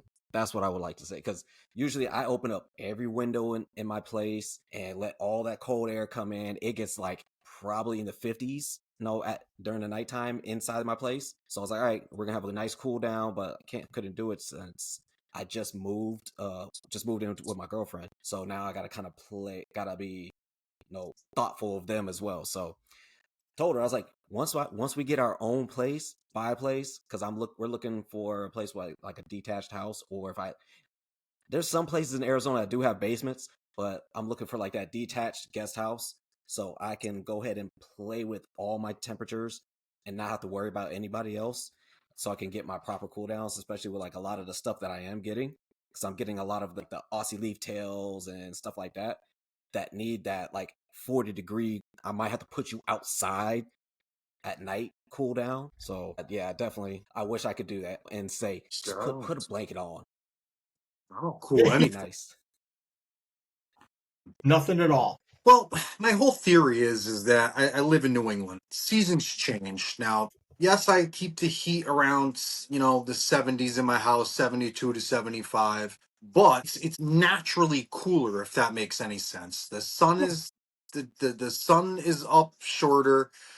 The ambient temperature in general is cooler. At nighttime, the temps still drop down to about 69. I mean, and then in the summertime, it's 80s and 90s. I mean, I personally feel that it's, maybe not a hard, cool, but the wintertime in general, living in New England, it's colder for 3, 4 months out of the year, regardless. I don't go out of my way to keep this room super, super crazy hot, but it's cooler than it would be in the summertime, if that makes any sense, So I don't feel the need to go out of my way to make it any cooler than it naturally does seasonally. I just Oh, I mean, it's kind of still let. natural cooling because all you're Yeah, doing is that's opening what I'm up the saying. windows. Exactly, Yeah, that's exactly. all. I mean, I just don't do anything that's extra. what I do. I open up all the windows and let all that cool air come in instead of keeping whatever regular stagnant air that's inside your house. No, not getting any of that fresh coolness in. I Yeah, mean, my and shit would especially die like if I did that. yeah. I mean, My my shit would Australian stuff die. needs a hard cool, so I have to do it Um, because otherwise they're not going to breed because they're not going to feel they're not going to have those I get it. triggers. I've seen guys take their animals and put them in boxes and literally put them in the refrigerator. Like I Yeah, just yeah. I think I saw Armin do it with those alligator lizards. I was like, damn, I don't know if I could do that probably one, him. but I've seen a few people do. I've seen people yeah, do it with hognose snakes. I've literally seen yeah. people take their I seen animals him and put do them it. in the refrigerator. Yep. That's I'm not. crazy. I'm not putting any of my animals in the refrigerator. Well, I mean, you can. I mean, you could do it with rosy boas, or I think it's. I don't know if it's rosy boas or it's a boa. It's in the North Got America. to be in North America. I was gonna say, got to It be a is. North It's a American North boa. American boa, and they see him outside in the snow, just going through, just like, all right, cool, we chilling, really Sure. chilling. But man, yeah, I mean, even still, cooling down still gives me anxiety just because like how cold and then you're not. I still feed mine, but they still get daytime temps. I still have a heat light on. So, but this year I'm going to start. I'm going to try for this next upcoming breeding season. I'm going to try to not feed, not have any heat. And I'm gonna go straight up like how Landon was saying. No, only gonna do a few hours of light and that's it. You ain't gonna eat for 3 months. We're gonna see what happens. No, but like I said, in Arizona, it doesn't get crazy cold like that where I can if that will work where they're gonna be fully shut down. So, but we're gonna play with some stuff and see what happens. You can do things, you can do things to change that up a little bit, a few degrees here, a few degrees there. Yeah, You yeah, could hands on, you could put animals down below. You know, yeah. I wanted a situation different. And Anthony, in years past, I allowed the natural cool down, turn off the heat tapes, let everything we have, one room where I do have a heater in and it jacks up the temperature just a few degrees for leopard geckos and the Australians and the Picta as well. And those rooms I naturally, cool down by turning everything off the heater and it would drop, 5, 6, 7 degrees. This year, again, for the bandeds and for some other geckos, I put them in boxes. I put water dishes and I watered them every, a couple of times a week. And they were on the floor in the dark under racks, by themselves. So we're going to try this because I had such a not so good year in Yeah. 2004 from a breeding. So I thought I've got to do something different. And it was widespread. It wasn't this animal or that animal. It was groups of animals. So I think it was time for me to try something different. But, I get it. I'm yeah, all Jason, for it. You know, It's hard, Jason. You were talking about feeding, not feeding, and I shut down, their food supply back in November, and that's when you're doing it Yeah, every other day religiously for 20 years to not feed yeah, something for 3 months it's heart wrenching kind of, yeah, and sure enough, I go to every single tank, every single time I water, and the animals look just as healthy and slow, but just as healthy as anything. yeah, yeah. I just know so this year. amazing, man. It really is. You know, as much anxiety as it brings all of us, it's evolutionarily, biologically amazing, right? That these Yeah. animals, these reptiles that are like notoriously known for living and thriving off of heat and everything around them, you know, to be able to tolerate such cold weather, not even just tolerate it, but thrive and function. It just really is like amazing. I mean, these animals are incredible. Some of we were talking to Landon, and he was telling us about some of these temperatures and stuff that these animals that you think come from the outback of Australia and 120 degrees. I mean, and these things are not even just they quite literally need 30-degree weather, 40-degree weather to reproduce and thrive. It's you know, I guess we're just so I'm at least my whole life have been so like programmed to believe that cold and reptiles don't go in the same sentence. You know, it's just something that is not supposed to be, you know, but I would be interested in Dan's statement. How cold is cold? Yeah, I For just your asked him that. aspirin. I just Oh, okay, asked him. okay. Yeah, I was waiting to see if he was gonna say. But how yeah, cold like is cold for what? he just cool. So his room gets to 20 Celsius. So I gotta figure out what that is in 60 degrees. It's probably Sunday. I can't math. 68. Yeah, 68 degrees. That's not that cold. Yeah, In That's my about as mind, cold as mine gets. Yeah, that's about as yeah, cold as mine gets, around 68, 69. yeah. Like I said, like back in my apartment, I let my place get to like in the low 60s. yeah. And but like I said, once I get these Australian leaf tails, it's gonna be I'm gonna have to get them. Like Amnicola are have been known to hunt in the 40 degrees, so I gotta yeah exactly like it's like all right, how the hell am I gonna cool these things down if they're still trying to eat in 40-degree weather? And Like that. 40 degrees is not pleasant. Like it was 40 No, it's degrees not. outside here today. I was out at the beach with my dog, and it was like I was like, I'm ready for inside now. Like I'm all set. Put me inside. 40 degrees is not cool. Yeah, Jason, when you that's get those expensive leaf tails, just send them up to Wisconsin, and I'll keep them up here. I yeah. might I Well, might have a I'm problem sending sending them back. I'm sending some to Landon already. Because I was like, he got a whole room dedicated to the like all that coldness. So it's like, yo, here, take these. Because right now, like my room, the like where I'm at, I can't really make like a whole bunch of different environments that can like suit all those things. So it's like, yo, here, you take those, hold on to those until we move into this place, and then I'll go ahead and I'll get those back from you after they when we split clutches and stuff. But yeah, what was I about to say? I totally My lost my train room's of thought on that. 74.5 degrees and 67% humidity right now. Yeah. I mean, That's what today this is room 75. It was 75 degrees today. I know a few days ago it was like 40 some degrees, but it was also raining too the whole entire day. So, yeah, that shit was miserable. We're sitting at 56 degrees right now. Are you That's a warm day serious? for you. Yeah, that's Are you down there in a way t-shirt? warm. What's that? You're down there in a t-shirt? Right? Well, I'm in my office, so it's past brumation. So at this point, all the heaters are turned off. I've got all the knobs. It's like I've taken all the knobs and just gone all the way to the top with all the knobs. I'm like 100% Mediterranean, man. My family is all Italian and Greek, and I'm like literally off the Mediterranean. If it's below 75 degrees, I have a sweatshirt on. Like I can't take it. It could be Oh, 120 and I'm in heaven. I'm loving it. oh, But no. anything cold, I hate getting in the car when it's like that. It sucks. man, listen. When I take a deep breath and feel hell in my lungs, I'm at Nah, home. man.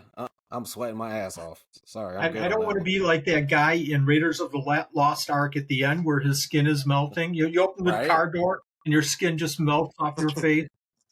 I see. Now I used to have a car that had leather in it in Arizona. Oh my god, my kids would be like, "Dad, my legs are burning." So I was like, "Put the towel down before you sit down. Come on." That's funny you said it too. My last car, this Jeep that I bought, came from Arizona. I bought a car. I bought it from Arizona because I didn't want a New England snow damaged car. So I had to go buy one from a non-snow zone. It was Arizona. So for these, is there any good resources for these geckos? There really isn't. And the funny where thing did you is, learn your stuff from? What's that? I said, where did you learn all your education for these geckos from? Asking the breeders. There you go. My gosh, if you don't keep the breeder in your system for asking questions, you're doing something wrong. I just got a message today from YouTube that I've been doing YouTube videos for 15 or 16 years or something like that. I thought, longevity. No, thank you. Awesome. It's my privilege and honor to provide information. But I had stopped for a few years there, and I picked it back up about 8 years ago, because I bought an animal that wasn't anywhere. It was 3 videos, 20 seconds each. Watch my Hemidactylus tridris eat a cricket. 3 videos, 20 seconds each one. But this doesn't work. Somebody's got to search it. So when I got to the point where I got eggs and I got babies, I did a video, and I thought, this is what I'm going to do. Any rare geckos. And I went to YouTube today, and I thought, well, I'll just give you guys the link so you can share that, so people can listen to me and maybe get something, retain something afterwards. But I don't have a video on Pachydatylus rugosus, so you gotta start working on that one. Well, I'm gonna go check out that first one, guys. Go check out Wally's page too if you haven't, and I'm sure you all have. If you haven't checked out Supreme Gecko's YouTube page, go check it out, man. I mean, it's quite literally one of the main things that set me and Jay's, at least me personally, off on this whole venture with the YouTube channel, man. Huge inspiration was Wally's channel. I mean, I've been watching it for 7-8 years myself, so it's like before I even had my first gecko, I was watching your channel, Wally. Well, the only thing I have to say to that is that if you can't be a good example, be a terrible influence. So watching my videos and getting that bad, oh my gosh, don't do it like that. That's not what I want to do. Yeah. Right. Hey, how popular? Sorry, how popular are these pachydathyls? I keep meaning to ask, but how big is there a community? Like, we have this NewCal community, the Australian community. What's the community and breeders and hobby all together look like for pachydathyls? Not good. So about 15 years ago, there was 2 or 3 guys that kind of, I'm going to use the word control, but that's the worst word. They greatly influenced the Pachydatylus because they had animals, they were working with them, they had big collections. And, attrition, and we lost a couple, and then one of them just completely disappeared because of financial and marriage and other stuff. And it for me, I had purchased, I don't even know how much from the fellow, and he just disappeared. And it was like, okay, where do I go now? And at the time, it's like, well, I've got this animal and this animal. And then 10 years later, I don't have hardly any of those animals. And then you get to the realization that they're gone. They're flipping gone out of the hobby. We'll never see bicolor. We'll probably never see scutatus. We'll never see some of these other animals. So when you talk about pockets, we don't have the pocket. When you talk about how many people have these, we don't have the I guess people keeping them. We don't have the popularity of Pachydatylus because basically the adults look like gray little geckos, like house geckos, like Mediterranean geckos. We just don't have that anymore. There's pockets. Mike Walsh, Richie, myself, and I am so sorry for not naming other names here that I can't think of, but you'll find pockets of people that keep rangi. You'll see some people that keep, I'm trying to think of some other Pachydatylus. And then you'll see somebody like me that has 2 or 3 or 4 species is trying to keep and distribute as much as possible. You have somebody like Mike Walsh that has so much knowledge and is sharing as much as he can. But here we go. We lose a Mike or we lose Richie from Pachydatylus. I don't want to keep Pachydatylus anymore. We might be done with people keeping Pachydatylus in the United States from this point on. It's thin. So when you go to a show, is it safe to say you're probably the only one at a show at any given time that has Pachydatylus on the table? Unless it's like a Tinley, I'm trying to even think, unless it's again a rangi, maybe Oreophilus, rugosus you see rugosus once in a while out there. Joe Hupp will have a rugosus, but Oreophilus or a couple of the other species that I have, you're not going to see anybody. Those few species that you said are no longer in the hobby. Are they not importing them anymore? Well, I mean, were they like impossible to get? Well, it all comes down a couple of things. CITES, obviously, controlling everything. I don't think these animals are under CITES. I think the problem is that when they collect, what do they get? They get these gray animals. Well, who's going to buy the gray animals? They come over here, and people are going to go, oh, well, I can get this chameleon. I can get, these chameleons for about the same price, and I can sell them because everybody knows what they are. So why bring in this other animal? I don't get it. And that's the unfortunate part, because they're just not coming in from a business point of view. And I don't blame, anybody from not bringing them in. Kind of stinks though, man. It's kind of, because there has to be that allure, right? Like, I hate to say it, but not every animal has that wow factor or something about it that makes it a desirable animal, Like you said, if they're not a desirable animal, it doesn't make any sense for the catchers and trappers to catch these things and import them. It's just wasted time, and they're not going to get anywhere, It's interesting. I'd imagine, hopefully, I mean, maybe some museums have them, some zoos or something. Somebody's doing something with them. Not that I'm aware of. And it becomes that much more rewarding, though, when I sell an Oreophilus to somebody and I say, this is what the babies are going to look like. Oh, that'll be cool. And then, a couple of years later, they send me a picture. Hey, got some babies, and this is the coolest thing I think I've ever done in the gecko time that I've been keeping geckos. And it's like, man, winner. In that it's now distributed maybe to one other person that has that passion that, some of us other Pachydaculus keepers are gaining and blessed with having. How long do they hold on to those baby colors for? I've kept meaning to ask too. I keep forgetting. Not long. Probably about, well, I should say probably. They'll hold on to them about 3 to 4 months-ish. 3 months-ish. Yeah. So, right? I mean, you got to be a true gecko lover to appreciate these geckos, right? That's pretty much. I mean, and it's the same with me. I got a lot of brown geckos, and you gotta appreciate those geckos. Like how many people really dabble in Haemophilus and some of these Pterodactylus that are just straight, just look like dirt, right? People want that wow factor, that colors, and that it's the same thing when you go to a restaurant, right? You eat with your eyes. So you're looking for stuff that looks good to you. Now, if that gecko looks cool to you, you're going to go ahead and get it. And if it's just a little brown gecko, you're going to be like, what else does it do? But if you're like, it's very true. If you're that gecko nerd and you like history and all that other stuff, a lot of these things, you do gravitate towards those things. And I mean, I know I gravitate towards almost every damn thing. So it's like trying to pick and choose, like, what do I want? What do I want? Like at this, like, I was telling Ant earlier today, I was like, dude, I'm getting out of Chihuahuas. You want some? So he's like, yep. It's like, all right, cool. Because I'm about to step up my Stropheris game like really hard. So there you go. So I'll leave Chihuahuas to Ant. I'm going to knock out these Stropheris, and see what happens with that. And like I said, and then also like all the velvets. Like I have this fascination with every single velvet gecko. I don't know why, but I just do. Kyle just got a whole rack of them, right? A lot of people are. Well, you could thank Hassan for all those Fimbrias going out, because Hassan of the Knobtail started. Kyle got his from him. I saw a few other people started showing off all the Fimbrias. I was like, oh, now they're popping up everywhere. I'm like, okay, everywhere. I need to go. I need to talk to Hassan. I can't remember his name. You just mentioned it. The fellow that posted the pictures of, is this or that? Oh, Landon. Velvet. What's that? Landon and Wyatt. Was it Landon?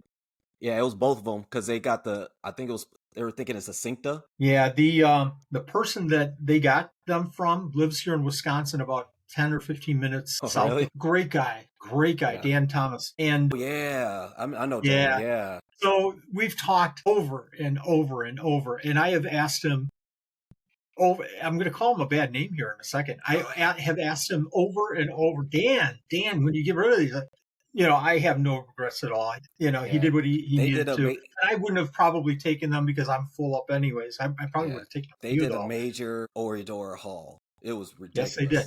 Man, I was like, damn. I knew all of those geckos that he had. And I was really trying to get a couple of the different species that he had. He was always working with them, and he and his friend were working with them, and it just didn't work out. And that's cool. It's cool for him and it's cool for me. Dan's such a great, great guy. Yeah. So all the geckos that are being posted, it's like, I know that one. I know that one. I didn't know they got them from Dan Tom. Do you buy a lot of geckos, Wally? Another story. About 7 years ago, from like 9 years ago to 7 years ago, I worked a job that was overwhelming to me and put a lot of my life into that. And it became kind of a struggle and it just was too much. Funny thing is that I came home one night on a Friday, 8:30-ish at night, getting home, and I literally walked in, opened up my carrying case and opened up my laptop and started talking to some offshore development team. My son was sitting watching TV, and he knew that I was putting in 80, 90 hours a week on this job. And he looked at me and goes, you're effing crazy doing this. I said, no, this is professional and this is what I have to do. He goes, no, you're effing idiot for doing it. And I didn't take offense to it. I knew what he meant. And he was, a little older at that time, so he could use some words like that. But then after a while, it was like, yeah, I'm just not going anywhere here. I retired. I literally walked in on a Monday morning and said, I'm done. I can't anymore. And at that point, I'd gotten out of a lot of these species. And after I retired and made that decision, I'm going to go back. I love my job. And then after about a month, it was like, I'm not going back. I'm done. And I literally said, okay, here we go. These are the 5 to 6 species I want. I have to have in my collection no matter what. And I went out within a month and got those. And after that, I've selectively have added the species that I really, really want. It all goes back to something that Joe Hupp said in one of my interviews with him. I said, what's the one animal that you really like? He goes, I don't know if I have one. I said, there's got to be one that if you could get it right now, you'd bring it in. No, there's none, because I have what I have, and I'd have to get rid of something in order to bring something in. I don't have unlimited resources. I said, well, you're doing a good job with your business. You could afford it. He goes, that's not what I'm talking about. I said, well, you just spend a little bit more time. He goes, that's not what I'm talking about either. I can't devote more attention to more animals than I have to devote right here, right now with these. So that stuck in my mind. So when I grow, I literally take that step back and go, really, can I do this and not sacrifice the time, to care for these other animals? So I'm really selective. So Tinley's coming up, and I'm getting one pair of animals that I've wanted for a long time, Bavaye, Robusta. Really?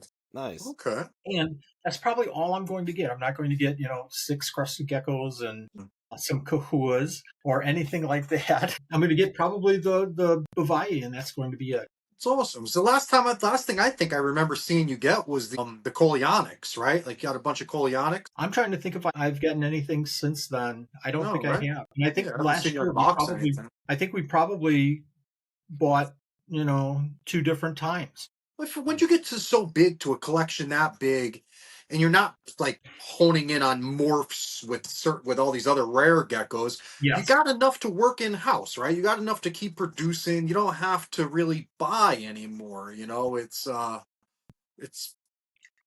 cool. That's what I was curious. I'm like, when you get to that stage, I mean, do you really have to buy anything? I mean, and then technically you don't have to buy anything when you have trading power, right? Yep. Trade super rare animals for whatever you really want. I mean, and you say that, and I said that I'm going to get one group of animals, the Bavaye, but I am trading another fellow because I do have a tank that has a lone helmeted gecko in it. It's a male, and males are kind of rare for helmeteds. And I'm trading a guy, the helmeted for a group of animals. And I'll probably do a video on that later. Very cool. Nice. That's one thing about our hobby I do love is just being able to do all this trade. A lot of the stuff I'm getting in next week are all trades. So yeah, because I'm getting like 1, 2, 3, 4, 5, like 7 geckos, like 3 or 4 different species. Yeah, nice. And it's all off of trades. Not one was bought. That works out. Oh yeah. I was like, kind of. That's what I'm kind of using the leverage of these chihuahuas for. Is, hey, you want to trade? Here, take these, take this. I'll take that from you. So when it can work out like that, that's perfect. Oh yeah, definitely. All we gotta pay for is our shipping. That's it. Makes it a whole lot easier than saying, hey, how much is that gecko? Man, do you take payment plans? It's like, nope. It's like, how about a trade? The coolest animals I got are from trades, from breeding, and not for nothing, crested geckos that I make like clockwork. They're always good trading. I've gotten the Nephurus from trades. I've got leaf tails from trades. I got so much stuff from a cave gecko. I got all types of stuff from trading crested geckos that I literally make like dirty laundry. But you have to have nice animals to trade, though. And For sure, Jason, you're for talking about sure, for sure. Anthony, for your sure. crested geckos are beautiful. So For sure. that's got to be the starting point. Yeah, yeah, for sure. For sure. Definitely have to have trade worthy animals. You know, Right. for sure. Okay. All right, so we're coming up on this almost 2 hours. I was Really? gonna That ask you. long? Yeah, it's almost 2 hours. Wow. Frank just Great said go conversation. 24. Yeah. Wow. So I was gonna ask. So, what are some of your goals for 2025? To do better. To refine. It goes back to what Anthony said. You know, what animals bringing in, that's not going to help what I want to do. I want to do better. I want to, the banded geckos just drives me nuts. I had variegatus and brevis last year. I had 4 groups of brevis and 4 groups of variegatus, and I probably had less than 10 animals that I could market for both of those groups. And that has to be better. There has to be better. So hopefully the whole brumation thing will fix that. I want to figure out ways that I can spend less time doing the same thing. I want to be more productive. If that means, I grew up in lean manufacturing organizations. So it's kind of funny. I really feel that there's a lot of things that you could do in your business world and mentality and bring it into your hobby as well. So lean means getting rid of all the waste, wasted movements and wasted. So I want to kind of use this year to get rid of a lot of that stuff to utilize my time better. So I can get, if I'm spending 8 hours downstairs, maybe I can spend 6 and I can spend 2 hours doing more social media or improving my flipping, picture taking ability, something to move myself forward in more of the business area. But that means going downstairs and fixing things that I could do better downstairs. Get on it. Yep. I've got my worksheets with my lists. There you go. All right. So I know I've always asked you my closeout question, but this time I'm going to ask you a different question just because who the hell wants to hear me ask the same question every time? But it's similar. It's similar, and it's something I seriously value your opinion on, your input on. If you could change or improve one thing about the gecko community as a whole, what would you like to see us all collectively improve on, better, or refine? I'm going to answer with 2 answers, simply because that's how I am. I can't stop talking. So 2 answers. Number 1, more tolerance. More tolerance. Just because you're doing something different than I'm doing doesn't make you right, and it doesn't make me right. It just means that we're different. So let's talk. Let's talk offline, and let's not talk on Facebook groups and rip each other apart because you're doing something different. Anthony, you said in one of your posts that you did this. Now that's against all of my beliefs and everything, but help me understand why you're doing that different, right? Let's talk it through. Help me understand why what you're doing is different. Or you come to me and say, Wally, I think you're full of S, but I want to hear your side of the story on this. Let's be more tolerant. Let's be more open-minded to different ideas because, it's going to take every person this year is going to hear something and they're going to go, that's BS. And then at the end of the year, they're going to go, guarantee it, every single person in this hobby will go, well, now that I look at it this way, maybe it does make more sense than I initially thought it made. But, they're going to have to be hit over the head with a hammer and ingrained with this. Be open-minded and just be more tolerant of these different ideas. I'm going to throw the second one out there, and this applies especially to myself. And I try to be this more and more, and it's hard. It's very hard. I hear over in my bedroom 2 rooms down, I hear my Cerdidactylus zebrancus calling. That was mine. Was that you? I thought that was Jay. That was wondering, mine. Like, whose gecko sounds like a bird? Yelling too. So they're talking. So probably heard. I bet you they did. And my office chair.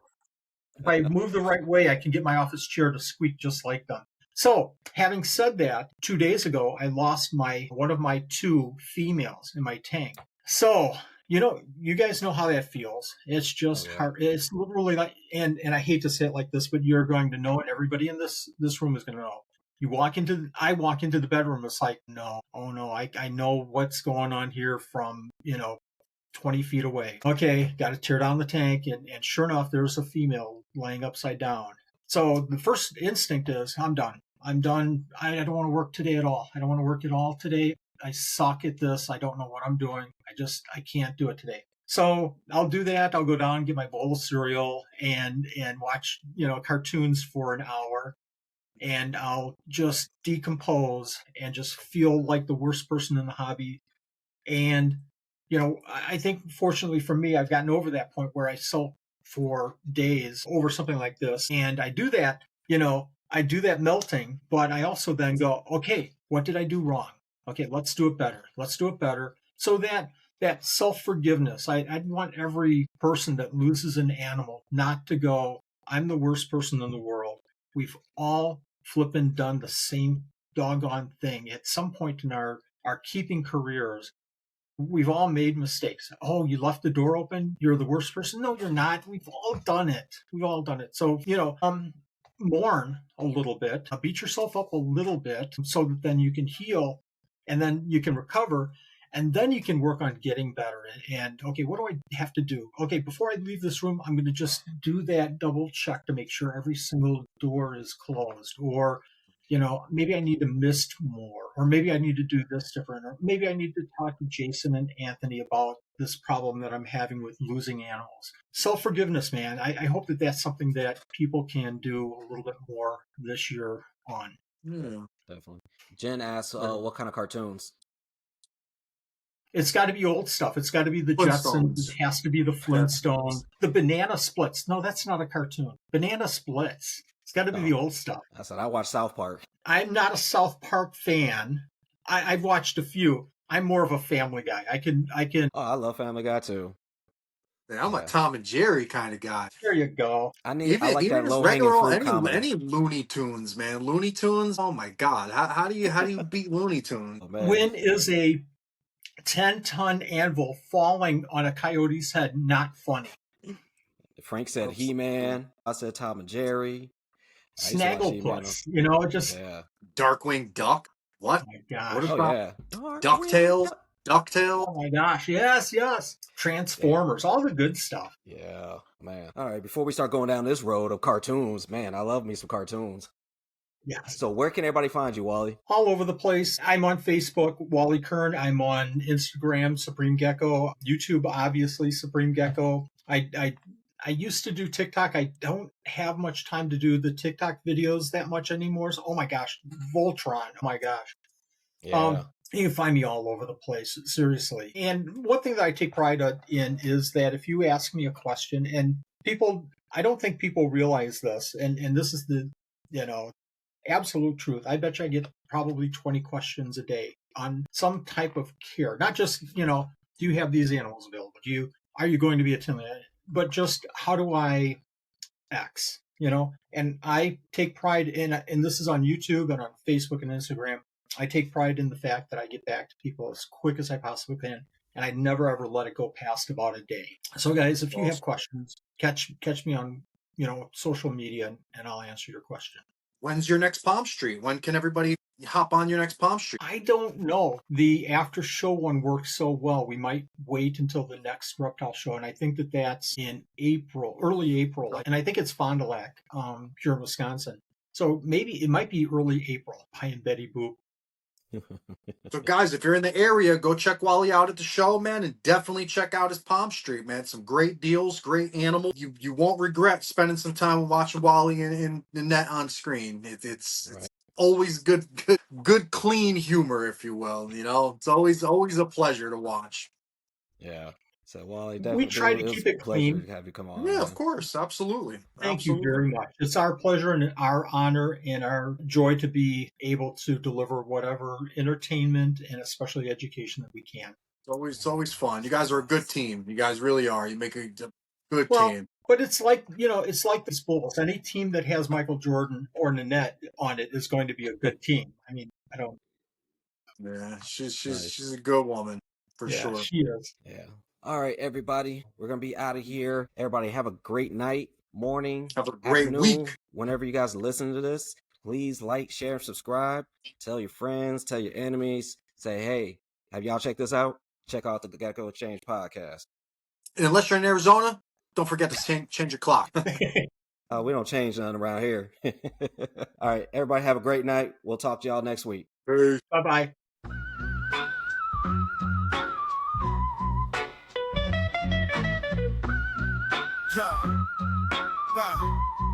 Yo, creeping in the dark, life nocturnal, dark and dark, both paths arboreal to terrestrial. Sticky toes gripping forest students that explore. Listen close, Gecko podcast, that's knowledge galore. Reptile talk, host Anthony and Jason. Trade secrets flow, no time wasted. From tropics to town, it's sight raining. With every chat, reptile game changing.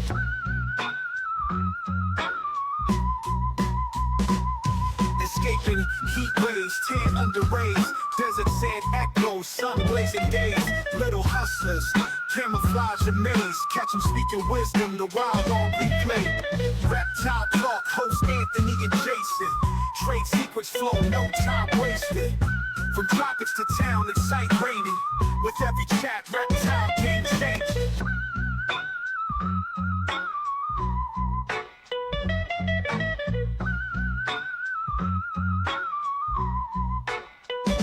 Sculling through the leaves, shadows unseen. Master of the skies, chameleon dream. Listen, tails flip, script getting clean. Gecko exchange, true reptile fiends. Reptile talk, host Anthony and Jason. Trade secrets flow, no time wasted. From tropics to town, it's sight raining. With every chat, reptile game changing.